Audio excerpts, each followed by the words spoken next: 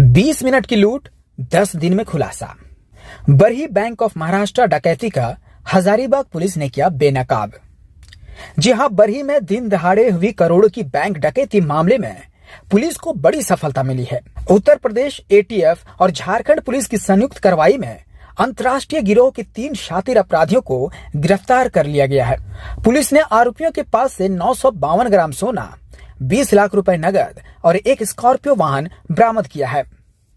यह सनसनीखेज वारदात 24 अप्रैल 2026 को बरही थाना क्षेत्र स्थित बैंक ऑफ महाराष्ट्र की शाखा में हुई थी, जहां हथियारबंद अपराधियों ने फिल्मी अंदाज में घुसकर लूट को अंजाम दिया था।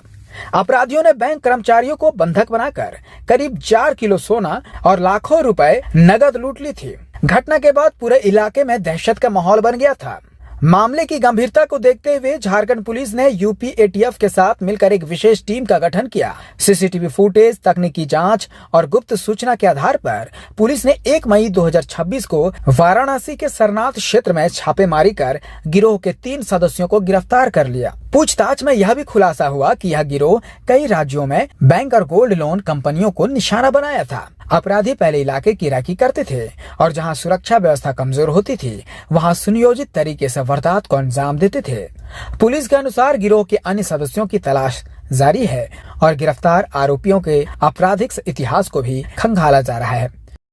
24/4/2026 को करीब 3:15 बजे, जैसा सबको पता है कि बरही थाना क्षेत्र में बैंक ऑफ महाराष्ट्र में लूट की घटना कारित की गई थी, जिसमें 4 अपराधी बैंक के अंदर घुसे थे और हथियार के बल पे लगभग 4,22,000 रुपये और 3.9 किलोग्राम के आसपास सोना जो है वो लूट कर स्ट्रॉन्ग रूम से भाग गए थे, जिसमें 2 बाइक्स का इस्तेमाल इन लोगों ने किया था।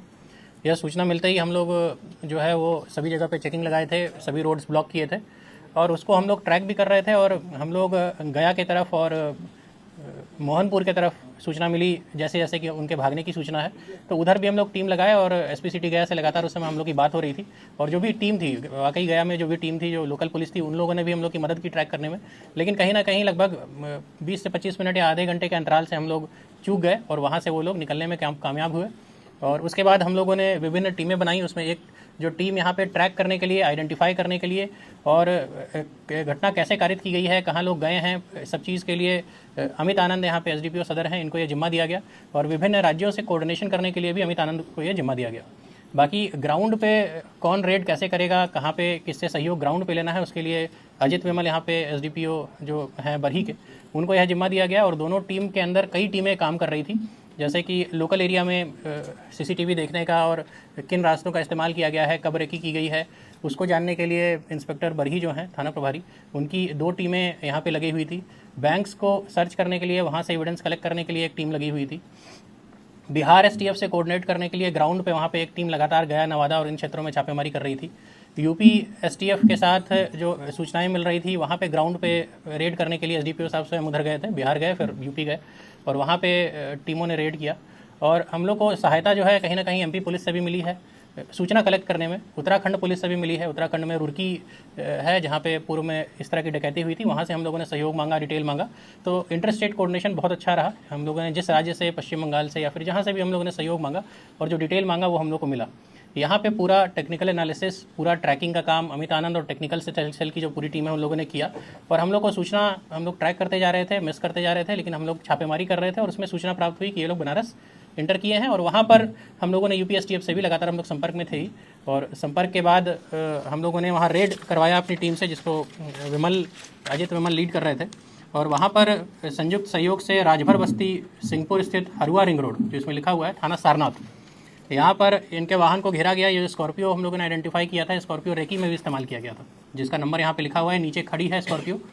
तो यहाँ पर जब इनको हिरासत में लिया गया तो इनसे पूछताछ करके लगभग 912.22 ग्राम सोना, 20 लाख रुपए और जो ये स्कॉर्पियो थी, और ये तीनों लोग पंकज सिंह, मोहम्मद अफजल और सौरभ कुमार यादव, इन तीनों की गिरफ्तारी की गई।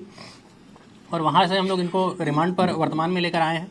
इन्होंने अन्य लोगों के संलिप्त होने की बात भी बताई है, जो बैंक्स में, इसमें से 3 लोगों में से 2 लोग बैंक के अंदर गए थे, 2 लोग और हैं जो बैंक के अंदर गए थे, और अन्य सहयोगी के रूप में अन्य लोगों का नाम भी बताया गया है, जिसको हम लोग अभी ट्रैक कर रहे हैं कि किस तरह से उन लोगों ने सहयोग किया है और क्या चीज़ें हैं।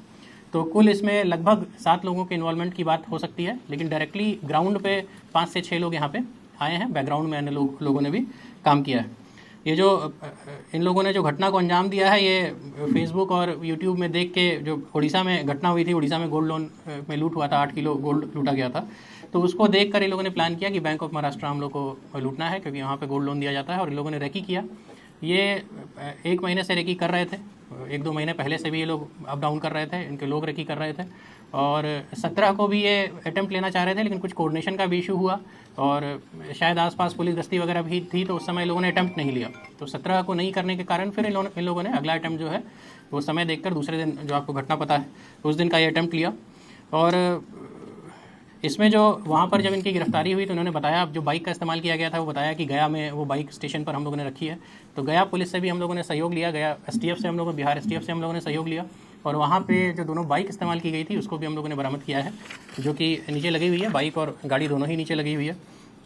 आने जाने के लिए इन्होंने डिफरेंट रूट्स का इस्तेमाल हमेशा किया, कभी गया बरही से आए, कभी नवादा से आए, कोडरमा से भी बीच में आने की बात आ रही है, धनबाद वाले रोड को भी यूज़ किया।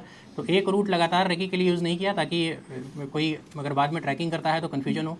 आने जाने के क्रम में इन लोगों ने कभी डबलिंग की, कभी ट्रिपलिंग की, कभी सिंगल रहे, तो थोड़ा पुलिस को भी कन्फ्यूज़ करने के लिए इन लोगों ने अपना टैक्टिक्स जो भी था अपने अनुसार इन लोगों ने लगाया है। जो भी हथियार वगैरह है उसके बारे में जानकारी हम लोग को मिली है, जहाँ पे इन लोगों ने छुपा के रखा है। हम लोग अभी पुलिस रिमांड के लिए अप्लाई करेंगे, क्योंकि हम लोग अभी लेकर आए हैं, इनको प्रस्तुत करेंगे कोर्ट में, और रिमांड पे अप्लाई करके अन्य जो चीज़ें हैं जो भी इन लोगों के पास है वर्तमान में, वो बरामद करेंगे, और अन्य जो अभियुक्त बचे हैं उन पर भी हम लोग छापेमारी करेंगे। यहाँ पर आप देख रहे हैं तीनों लोग का आपराधिक इतिहास लिखा हुआ है, लेकिन यह शायद समेकित नहीं है हमको, मतलब जहाँ तक जानकारी है कि अन्य कांडों में भी इनका संलिप्तता रहा है।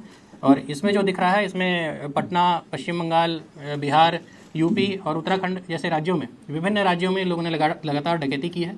ये अंतिम बार शायद 2019 में 2011 में जेल गया था, मतलब काफ़ी साल पहले ये जेल गया है, उसके बाद लगातार बाहर था और कई डकैतियाँ कर चुका है, और कई स्टेट की पुलिस इनको ढूंढ रही थी, और कई स्टेट में ये लोग वांटेड हैं, जो लोग इसको रिमांड भी करेंगे। और हमारी टीम ने बहुत मेहनत करके इन्हें खोजा भी है, पकड़ा भी है, और जो भी टीम यहाँ बैठी है, और इसके अलावा बैकग्राउंड में बहुत सारे जवानों ने और ऑफिसर्स ने भी काम किया है, तो वो हम लोग डिटेल इसमें दिए हुए हैं। जो सामान बरामद है, वहाँ सोना है जो 912 ग्राम है, लगभग 1 किलो के आसपास, नगद है 20 लाख रुपए, 6 मोबाइल फ़ोन है वर्तमान में, 1 स्कॉर्पियो गाड़ी है और 2 मोटरसाइकिल है। इसके अलावा अन्य बरामदगी हम लोग अभी कंटिन्यूएशन में करेंगे। बरही थाना के अलावा भी कई थाना प्रभारी जो हैं इसमें सम्मिलित रहे हैं, जिसका डिटेल आपको यहाँ दिया हुआ है। इसमें अमित आनंद SDPO हजारीबाग, अजित कुमार विमल SDPO बरही, चंद्रशेखर कुमार पुलिस निरीक्षक बरही, शाहिद रजा पुलिस निरीक्षक पिलावल, विनोद कुमार थाना प्रभारी बरही, सरोज कुमार चौधरी चौपारण थाना प्रभारी, संचित कुमार पद्मा OP प्रभारी, वेद प्रकाश पांडे पिलावल OP प्रभारी, गौतम कुमार इचाक थाना प्रभारी, पंकज कुमार बड़ा बाजार OP प्रभारी, संजय रत्ना सब इंस्पेक्टर मुफस्सिल, SI Rajballabh Kumar Barhi, SI Mrityunjay Kumar Barhi, SI Sushil Kumar Barhi, SI Surjit Chaudhary Barhi, SI Sumit Sao Barhi, SI Narendra Kumar Pandey Barhi, और तकनीकी शाखा और नक्सल शाखा के सभी पुलिस पदाधिकारी कर्मी, और इनफैक्ट थाना के और SDPO साहब के गार्ड्स और जवान सभी लोग लगातार रेड और विभिन्न टीमों में अपना कंट्रीब्यूशन दिए हैं। पहले तो सभी टीम को बधाई हुई, और हम लोग कोशिश करेंगे इस पूरी टीम को हम लोग रिवार्ड भी दें, और वरीय स्तर से कहीं ना कहीं सर्टिफिकेट्स और जो भी चीज़ें हैं एक रिकॉग्निशन इस टीम को मिले, जिन्होंने बहुत अच्छा काम किया है। और क्या पूछना चाहते हैं आप, अपना कुछ रखना चाहते हैं तो टीम में? अभी तक तो नहीं आया ना, बताइए। बताइए।